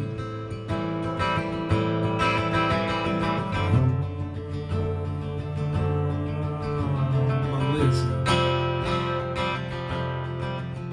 I whisper your name every night as I'm drifting off to sleep. I know you whisper mine, and you will till the end of time. There ain't no living without longing, and a heart don't beat right till it's been broke.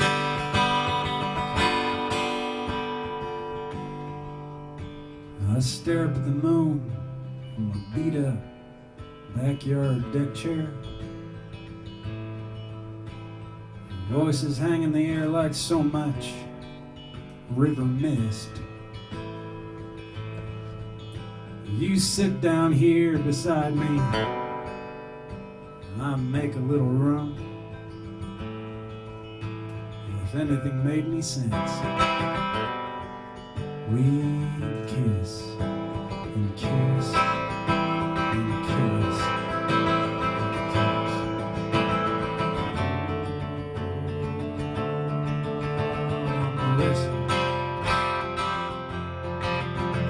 I whisper your name every night as I'm drifting off to sleep.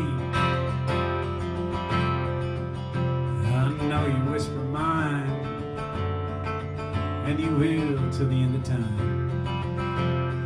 There ain't no living without longing, and a heart don't beat right till it's been broke. Mine's been broke.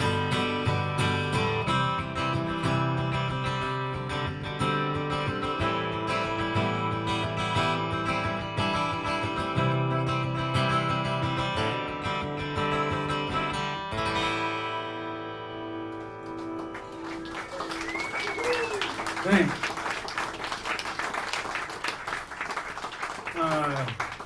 I have a couple more in this set, and then we'll take another break. But I know we've been celebrating Byron all evening, but can we please just give it up to Byron in this room? Just really give it up.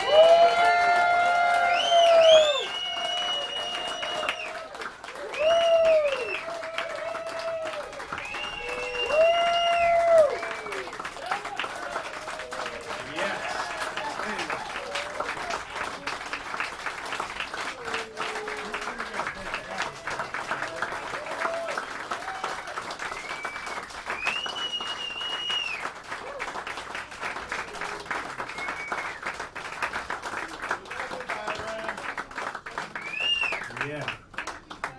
What he has built here, what you all have built here, is an absolute insane miracle. I drive thousands and thousands of miles a year. I play in big rooms, I play in small rooms. This room is the most incredible room I have ever played in. And I've played at the Old Quarter in Galveston. When I was in a heavy metal band, I played at the Whiskey A Go-Go in Los Angeles. I stood on the same stage that Jim Morrison stood on.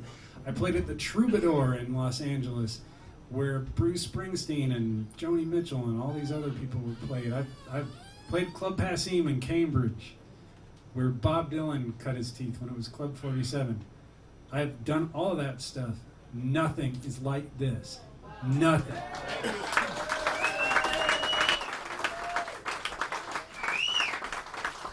And what we're going to do, what we need to do as a group, spiritually, is we need to take the ghosts that are in this room, and by any means necessary, we need to get them wherever Byron's ends up next. Take the ghosts, make them comfortable,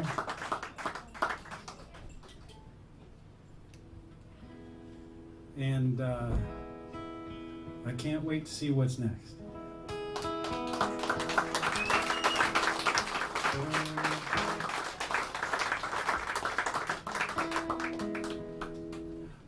I was sitting in my writing room writing, and I saw a beautiful bright red cardinal in a bush at the other end of the backyard. And the first line of this song came to me, and a character came to me, and I started writing it, and I woke up, and the next morning I was out there in my writing room, and the bird was there again, and I was like, this is a message, and I wrote the second verse, and then I wrote a little bridge thing, and the bird was still there, and then I went back the next morning, and the bird was there again, and on about the fourth or fifth morning, I realized that it wasn't a bird at all. It was just a red blossom on a bush across the yard. But thank goodness for that blossom. The song's called Blue Hill Bay.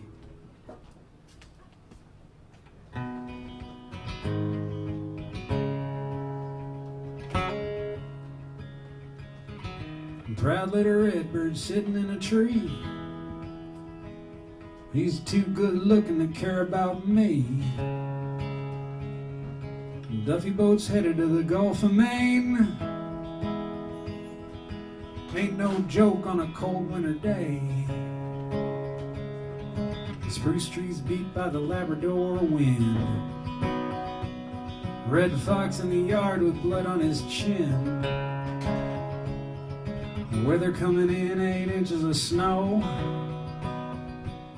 I got a chronic case of the I don't knows. But I'm the prince of my dominion. I'm the lord of this domain. I'm a man for any season here on the shores of Blue Hill Bay. I split up with Janie 6 years ago, June. I could tell she was itching for something new. She's living with a painter up in Ellsworth town. I'm hearing Bernard hanging around. Me and Sarah kinda sorta, but it's on and off. She works at Thurston's, her ex is a cop. He pulled me over one night last March. Tried to make me sweat while he chuckled in the dark. But I'm the prince of my dominion. I'm the lord of this domain. I'm a man for any season here on the shores of Blue Hill Bay.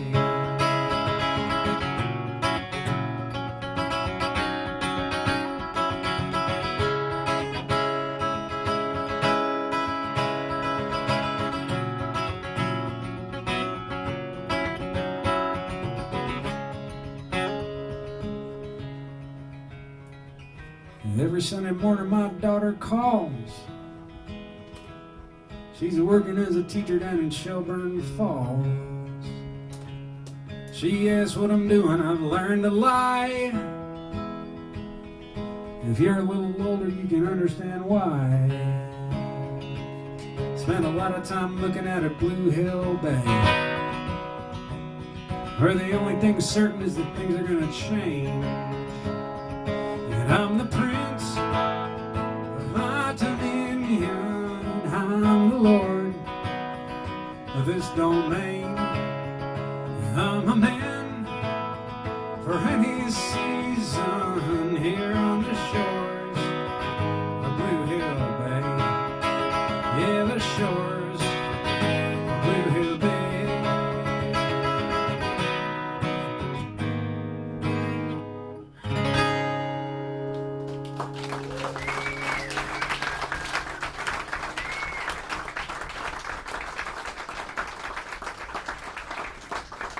Thanks a lot.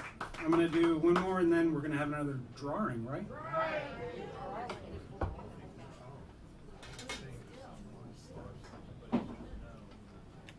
And the best way to end this second set, the last set I think is going to be not original material, but the best way to end this second set is we're going to sing about hookers. The song's called Salinas. I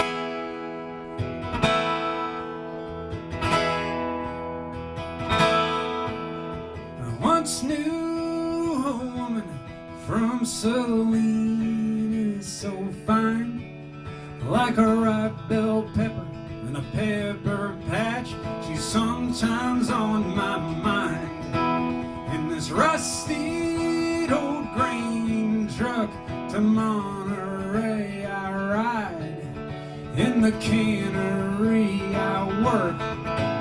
In the cannery I'll die. Sweet Eliza on Friday, sweet Jane on Saturday.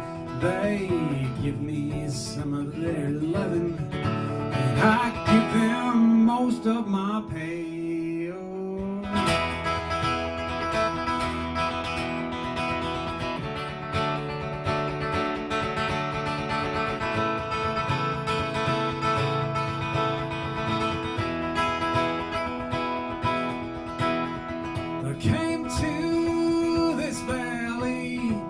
The Joseph Sinclair Hicks, he said there weren't one problem us workers had that a union would not fix. One night up in Gilroy, they laid Big Joseph low. They say they caught him in the stable with the foreman's wife, but that don't sound like Joe. Sweet Eliza on Friday, sweet Jane on Saturday.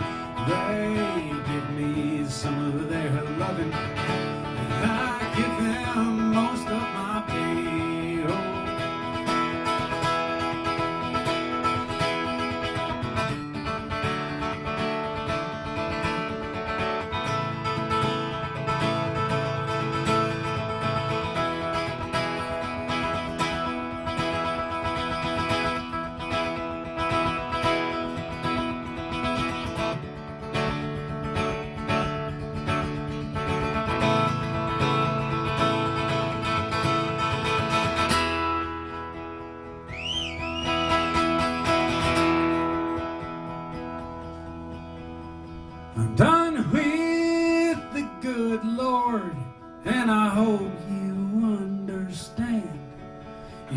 a homestead back in Goodwill is under half a foot of sand. Sweet Eliza on Friday, sweet Jane on Saturday.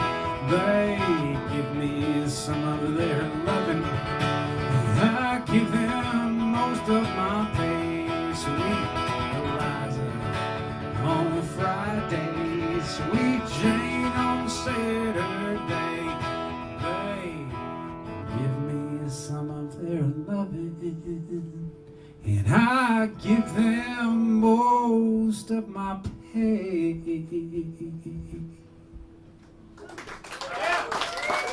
Thanks.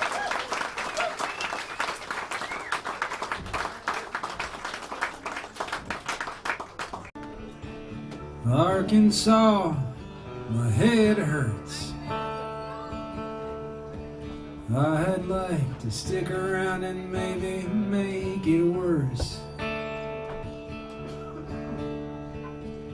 I got a girl out in Henrietta. Her love's like tornado weather. It's girls like that that keep me trying. She goes off like an air raid siren, coming clean, leave torn apart. A bad liver and a broken heart. A bad liver and a broken heart.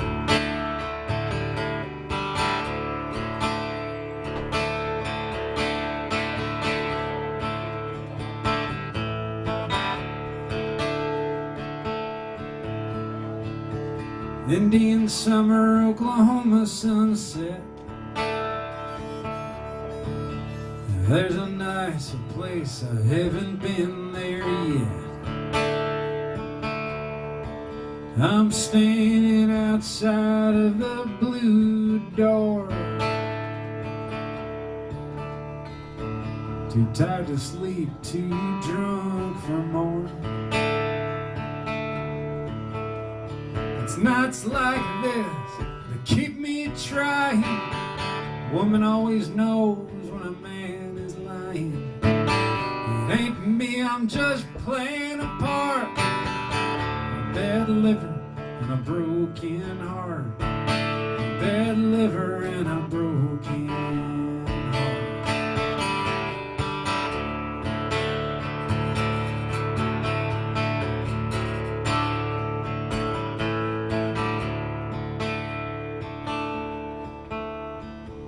I'll get old for I'm good at this.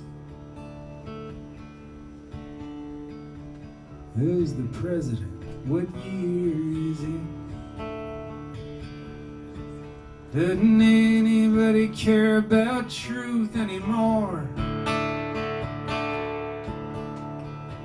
Maybe that's what songs are for. You're the wind, and I'm on fire. This line of work, no one retires.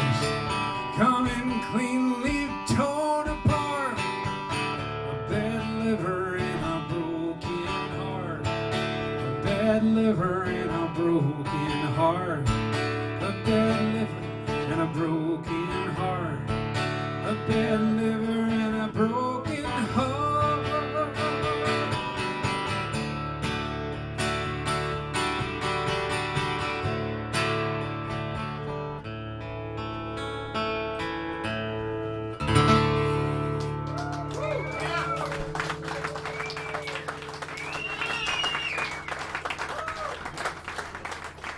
Thanks. So this is my friend.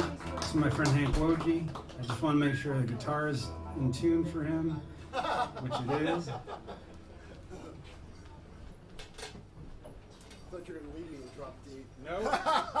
No way. Cool, man. Thank you.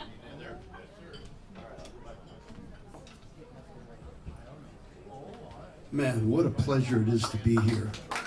I got to tell you. All right, so this month has been pretty wild. I just played the Woody Guthrie Folk Festival in Okemo, Oklahoma, and then drove up here to play the Montrose Festival.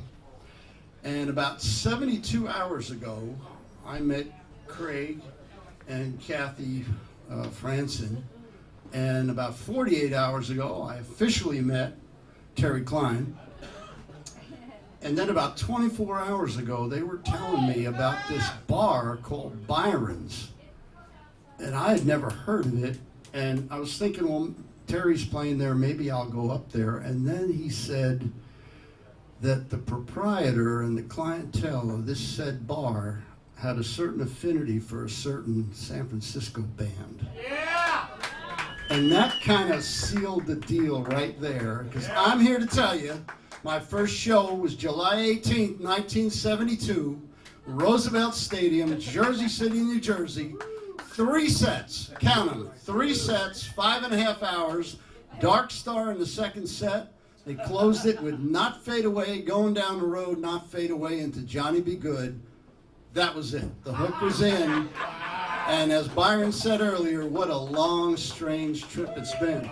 So normally when a fellow Texas songwriter asks you to come up and play a song, now usually you want to get up and you want to play one of your best songs. As a songwriter, you want to give it. But certain circumstances, the magnitude of which just blow that all away. Ego, selfless, it just goes out. So this one is for Byron, the staff, and all you guys, and this tradition, this great room that I had never heard of 72 hours ago. And I am honored to be here. So this is not exactly a sing-along, but I ain't gonna stop you, because I think, judging by the look of you, I think a few of you might know the words to the chorus, and I ain't gonna stop you.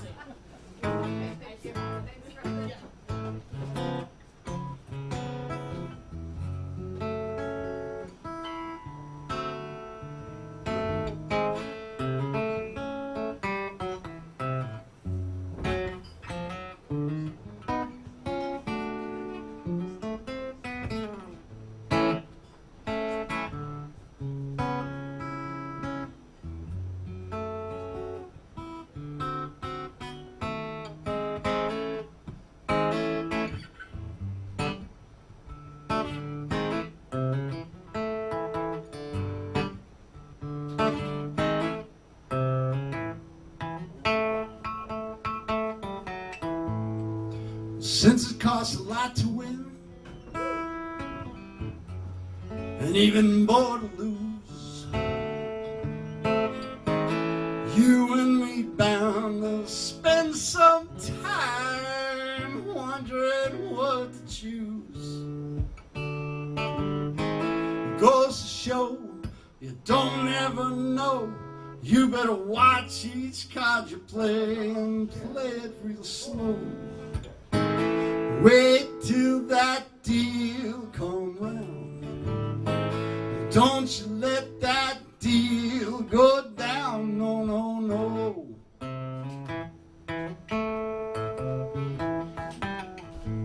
Well, I've been gambling hereabouts for 10 good solid years. If I told you all that went down, it would burn off both your ears. Goes to show you don't ever know. You better watch each card you play and play it real slow. Wait till that deal come round. Well, don't you let that deal go down, no, no, no.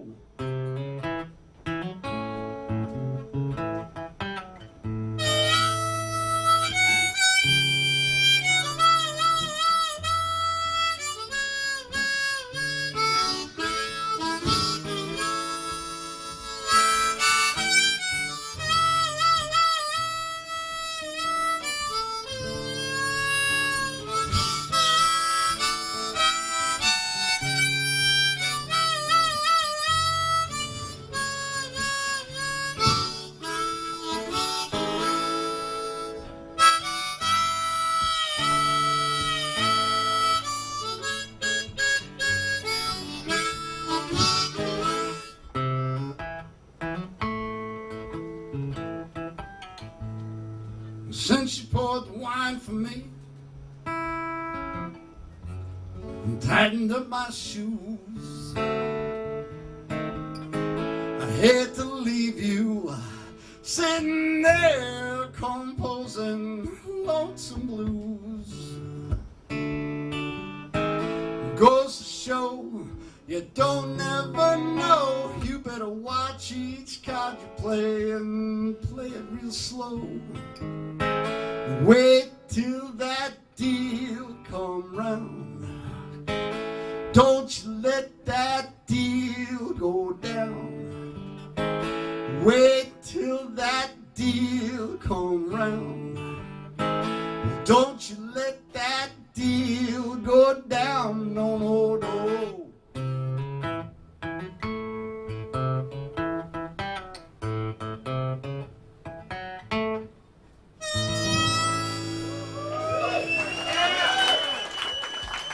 Thank you, Byron.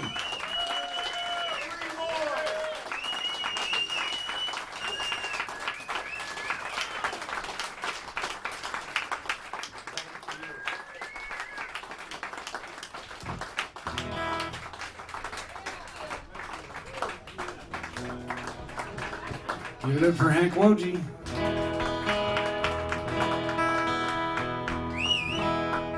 I'm going to play 2 more songs here. This is a Warren Zevon song. I was in a round of people and everybody was like, we're going to play Jackson Browne songs. And I was like, I don't really want to play a Jackson Browne song, so I'm going to play this Warren Zevon song that Jackson Browne produced. I hear mariachi static on the radio, and the tubes, they glow in the dark. I'm there with her in Ensenada. I'm here in Echo Park. So Carmelita, hold me tighter. I think I'm sinking down. And I'm all strung out on heroin on the outskirts of town.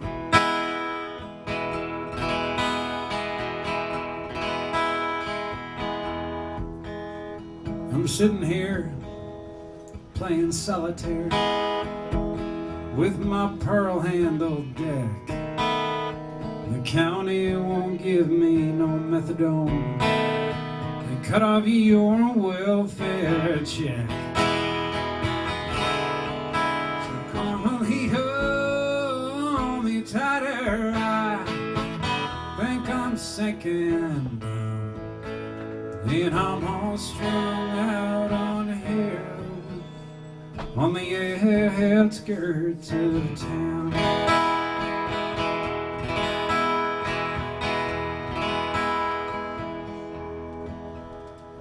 I pawned my Smith Corona. I'm headed out to see my man. He hangs out down on Alvarado Street by the Pioneer Chicken Stand.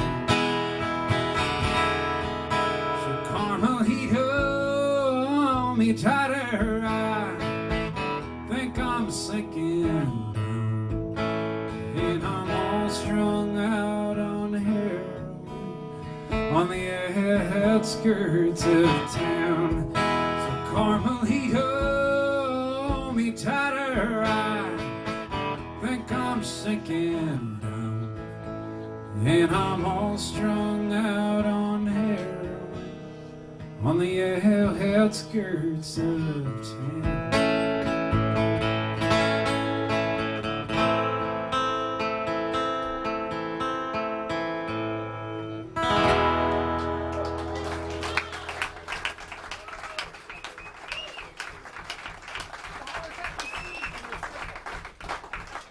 I'm going to do something dangerous and risky unless, because I mean the building is about to be condemned, so you know, I'm going to do something dangerous and risky, and but I feel like it's important for me to be out there with you.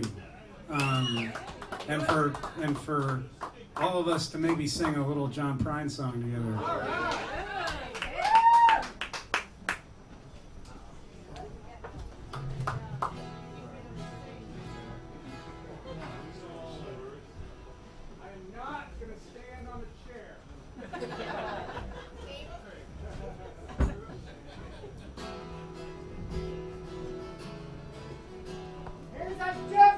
Shut the fuck up!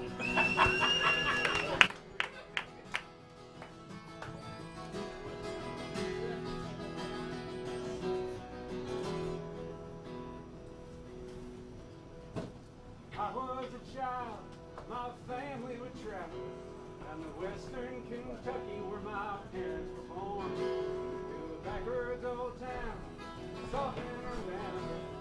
So many times that my memories are worn. So Daddy, won't you take me back to Muhlenberg County, down by the Green River where paradise lay. Said I'm sorry, my son, but it's too late to ask me. So my soul train is all away.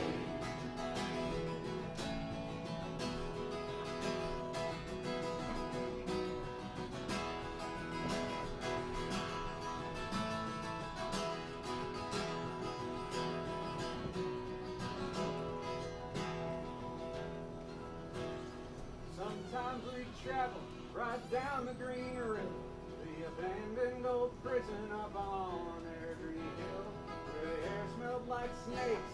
We'd shoot with our pistols. Empty pop bottles was all we would kill. So Daddy, won't you take me back to Muhlenberg County, down by the Green River where paradise lay. I'm sorry, my son, but you're too late now.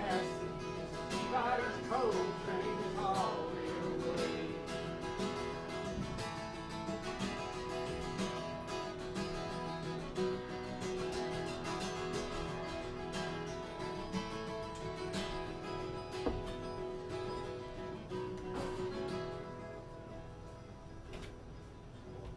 The coal company came with the world's largest show. They tortured the timber, they stripped all the land. They dug for their coal till that land was forsaken. Wrote it all down to that progress on man. So Daddy, won't you take me back to Muhlenberg County, down by the Green River where paradise lay. I'm sorry, my son, but you're too late to ask me. Byron's coal train is all the way.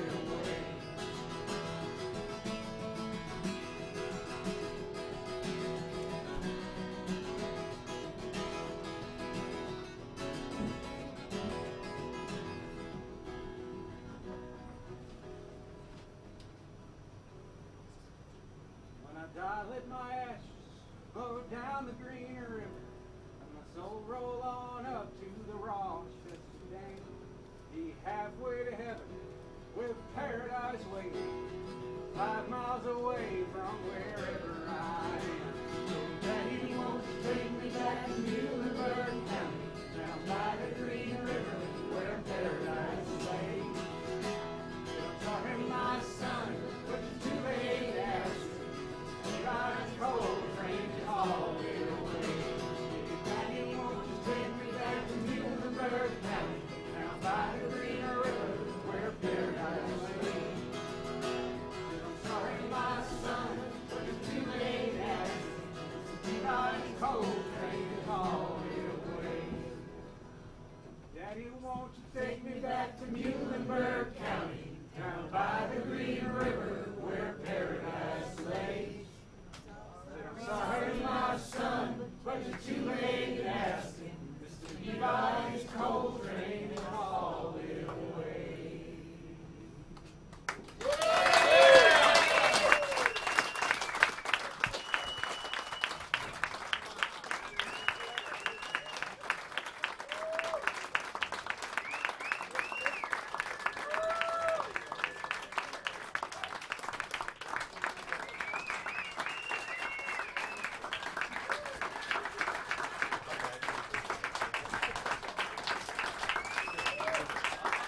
give it up for Byron.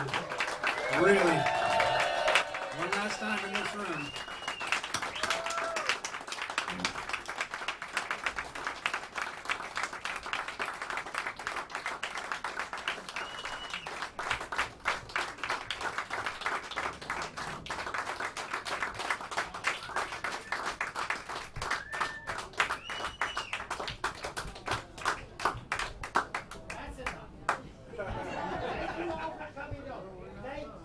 Keep me live music going.